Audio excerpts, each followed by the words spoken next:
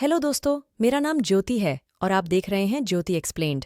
अफगानिस्तान में घायल सेना के डॉक्टर जॉन वॉटसन की मुलाकात शर्लक होम्स से होती है, जो मकान मालकिन श्रीमती हडसन के स्वामित्व वाले 221 बी बेकर स्ट्रीट पर एक फ्लैट साझा करने के लिए एक फ्लैटमेट की तलाश कर रहा है।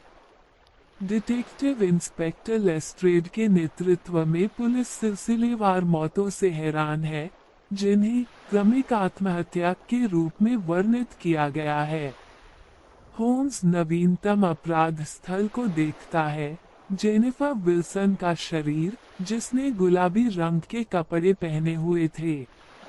वह रेचे शब्द को फर्श पर रखने में कामयाब रही और शर्लक ने निर्धारित किया कि पीड़िता की मृत्यु रेचेल नाम पूरा करने से पहले हो गई, जो बाद में उसकी मृत बेटी का नाम बन गया। होम्स ने अनुमान लगाया कि वह शहर से बाहर की है और इसलिए उसके पास एक सूटकेस था।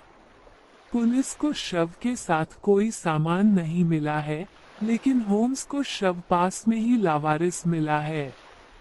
इस बीच एक फोन कॉल के बाद वॉटसन एक ऐसे व्यक्ति से मिलने के लिए मजबूर हो जाता है जो होम्स का कट्टर दुश्मन होने का दावा करता है।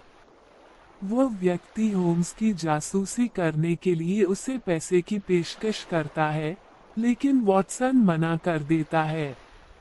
वह वॉटसन को ये भी बताता है कि उसके चिकित्सक के विश्वास के विपरीत वह अभिघातज के बाद के तनाव विकार से पीड़ित नहीं है, लेकिन वास्तव में युद्ध में शामिल होने से चूक जाता है।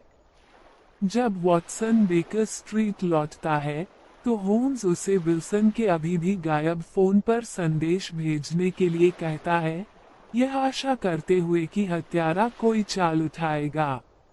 एक स्थानीय रेस्तरां में प्रतीक्षा करते समय होम्स की नजर एक टैक्सी पर पड़ती है और वे शॉर्टकट से पैदल ही उससे आगे निकल जाते हैं।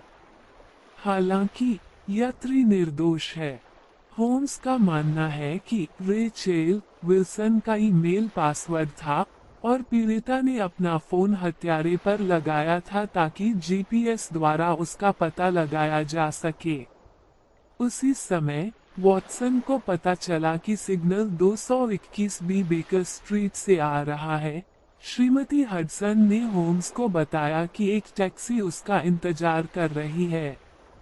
बाहर कैबी हत्याओं की बात कबूल करता है, लेकिन घोषणा करता है कि वो केवल अपने पीड़ितों से बात करता है और वे खुद को मार डालते हैं। कैबी होम्स को उसकी पहेली सुलझाने की चुनौती देता है। बाद में वह 2 बोतलें निकालता है जिनमें एक जैसी दिखने वाली गोली होती है। एक हानिरहित है, दूसरी जहरीली है। बाद में वो पीड़ितों को एक को चुनने के लिए आमंत्रित करता है, ये वादा करते हुए कि वह दूसरे को निगल जाएगा और मना करने पर वो उन्हें गोली मारने की धमकी देता है। शर्लक जल्द ही यह निष्कर्ष निकालता है कि ड्राइवर एक बिछड़ा हुआ पिता है जिसे 3 साल पहले बताया गया था कि वह मर रहा है। ड्राइवर स्वीकार करता है कि उसके काम के लिए एक प्रायोजक है, जो ड्राइवर के बच्चों को प्रत्येक हत्या के लिए पैसे देता है। होम्स पहले ही देख चुका है कि बंदूक एक नया सिगरेट लाइटर है, छोड़ने का प्रयास करता है। हालांकि ड्राइवर ने उसे एक गोली चुनने और ये देखने के लिए फिर से चुनौती दी कि क्या वह पहेली को हल कर सकता है। इस बीच वॉटसन ने फोन से जीपीएस सिग्नल का पता लगाया और दोनों व्यक्तियों का पीछा किया। वह बगल की इमारत की खिड़की से ड्राइवर को गोली मार देता है। होम्स कैबी को यातना देकर उसे यह कहने के लिए मजबूर करता है कि ली गई गोली सही थी या नहीं और प्रायोजक कौन है। गोलियों के बारे में सच्चाई का खुलासा न करते हुए अंततः उन्होंने मोरियाटी नाम का खुलासा किया। पुलिस पहुंचती है और होम्स ने अनुमान लगाया कि गोली चलाने वाला वॉटसन है, लेकिन पुलिस से सच्चाई छिपाता है। होम्स और वॉटसन शर्लक के रहस्यमय कट्टर दुश्मन का सामना करते हुए दृश्य छोड़ देते हैं। वह शर्लक का बड़ा भाई माइक्रॉफ्ट निकला, जो ब्रिटिश सरकार के लिए काम करता है। वॉटसन अंततः समझ गया कि माइक्रॉफ्ट ने शर्लक के लिए वास्तविक चिंता के कारण उसे रिश्वत देने की कोशिश की थी। माइक्रॉफ्ट ने अपने सचिव को उनकी निगरानी स्थिति बढ़ाने का निर्देश दिया। राष्ट्रीय पुरावशेष संग्रहालय में चीनी मिट्टी के बर्तन विशेषज्ञ सू लिन याओ कुछ भयावह देखते हैं और गायब हो जाते हैं। इस बीच शर्लक जॉन को एक उच्च शक्ति वाले अंतरराष्ट्रीय वित्त घराने में ले जाता है। वहां शेरलॉक का एक पुराना विश्वविद्यालय परिचित सेबस्टियन विल्किस मदद मांगता है। एक ब्रेक इन हुआ जिसमें एक बैंकर के चित्र पर प्रतीकों की एक निरर्थक जोड़ी को स्प्रे पेंट किया गया था। शर्लक को एहसास हुआ कि यह संदेश एक आदमी हांगकांग डेस्क के एडवर्ड वैन कून के लिए था, जो काम पर नहीं आया है। शर्लक वैन कून के बंद फ्लैट में घुस जाता है और उसे मृत पाता है। डिटेक्टिव इंस्पेक्टर डिमॉक के अधीन पुलिस इसे आत्महत्या मानती है, हालांकि शर्लक इसे हत्या के रूप में देखता है। जल्द ही पत्रकार ब्रायन लुकिस हॉवर्ड कॉगिन्स की उसके बंद फ्लैट के अंदर हत्या कर दी जाती है। शर्लक और जॉन जांच करते हैं और एक पुस्तकालय में जहां लुकिस गया था, उन्हें एक शेल्फ पर वही रहस्यमय प्रतीक चित्रित मिले। जॉन वित्तीय सुरक्षा की तलाश में डॉक्टर सारा सॉया द्वारा संचालित एक स्थानीय सर्जरी में लोकम के रूप में नौकरी प्राप्त करता है। बाद में शर्लक और जॉन को दो व्यक्तियों के बीच संबंध का पता चला। दोनों अभी चीन से लौटे थे और दोनों एक oriental curio shop the lucky cat में गए थे।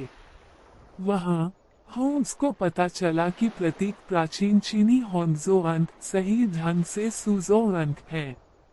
शर्लक ने नोटिस किया कि सू लिन का फ्लैट खाली है और वो इधर उधर ताक झांक करता है, जहां उसे एक घुसपैठिया मिलता है।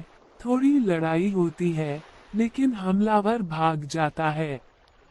संग्रहालय में फिर उन्हें एक मूर्ति पर वही प्रतीक मिलते हैं। फिर भित्तिचित्र कलाकार राज की मदद से शर्लक और जॉन एक दीवार पर भित्तिचित्रित अधिक प्रतीक ढूंढते हैं और संदेश को डिकोड करने के लिए संघर्ष करते हैं। संग्रहालय में वापस होम्स ने छुपकर सू लिन को आश्चर्यचकित कर दिया, जो बताता है कि कोड आपराधिक गिरोह ब्लैक लोडस्टोन से जुड़ा हुआ है, जिसकी वह एक बार सदस्य थी।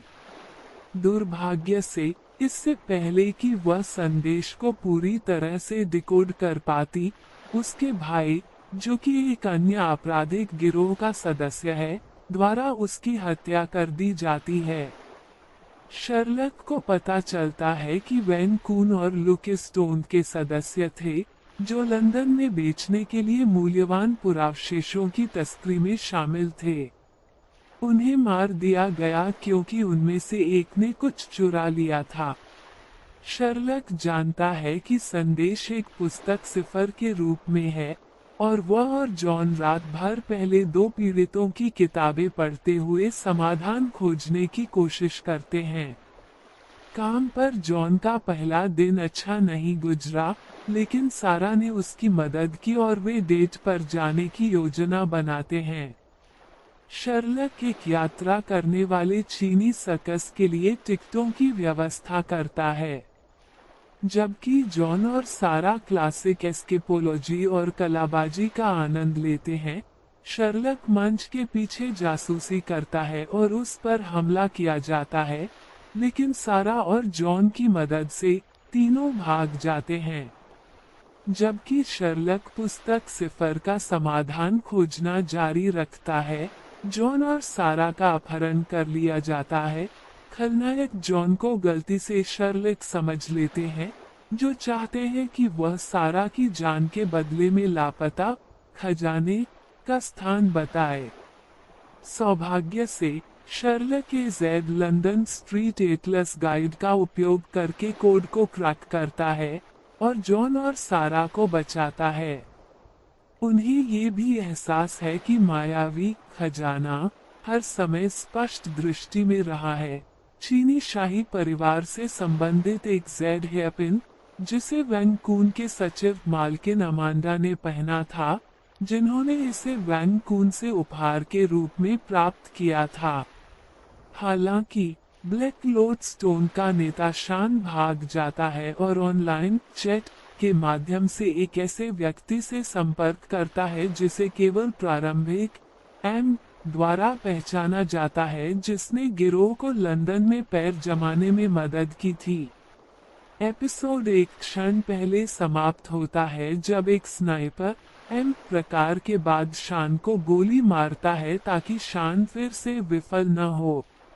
शर्लक होम्स उत्तेजक मामलों के बिना ऊब गया है। माइक्रॉफ्ट होम्स ने शर्लक से गुप्त खुफिया सेवा के क्लर्क एंड्रू वेस्ट की मौत और मिसाइल योजनाओं वाली फ्लैश ड्राइव के गायब होने की जांच करने का आग्रह किया।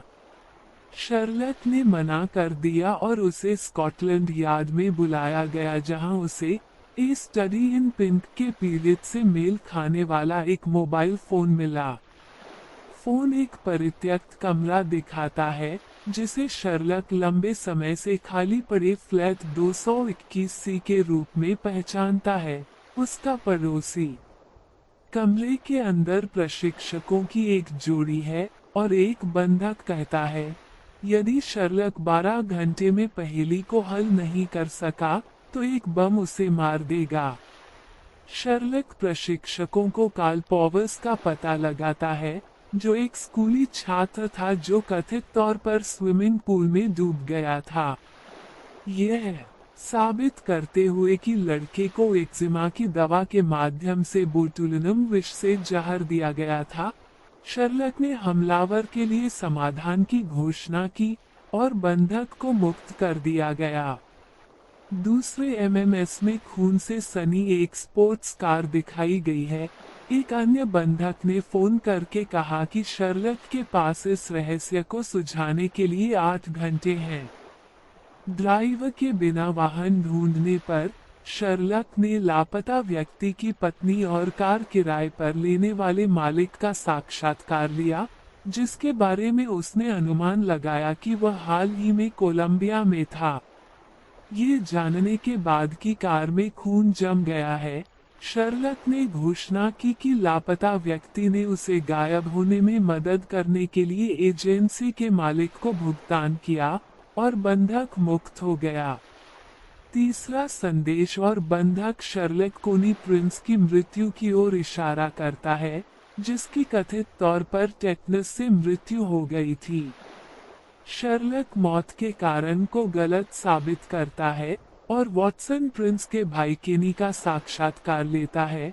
शर्लक ने नौकरानी राउल डी सेंटोस केनी के प्रेमी पर अपराध का आरोप लगाया, जिसने कोनी का बोटॉक्स इंजेक्शन बढ़ाकर उसकी हत्या कर दी।